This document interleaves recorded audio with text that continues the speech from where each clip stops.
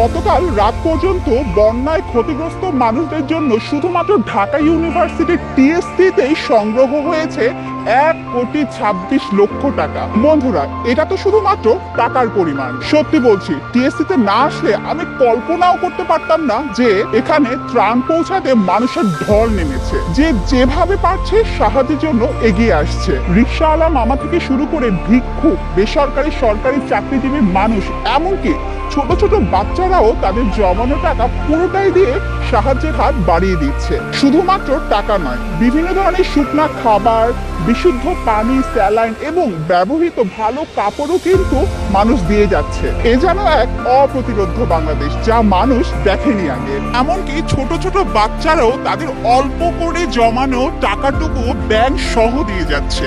এ যেন একটা অন্যরকম বাংলাদেশ, যা কেউ দেখেনি আগে। আমিও আমার সামর্থ্য অনুযায়ী যতটুকু পেরেছি সাহায্য করতে এসেছি।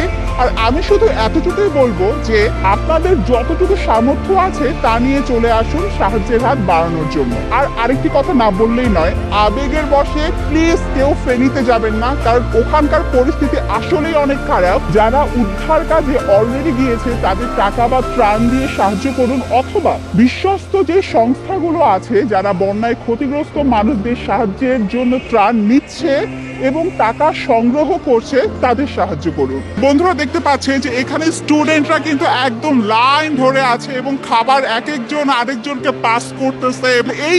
এইভাবেই কিন্তু প্রত্যেকটা স্টুডেন্ট একজন আরেকজনকে সাপোর্ট করতেছে বন্যায় ক্ষতিগ্রস্ত মানুষদের জন্য যেই খাবার সামগ্রী বা উপকরণ সামগ্রীগুলো নিয়ে আসছে সেগুলো প্যাকেট করার জন্য।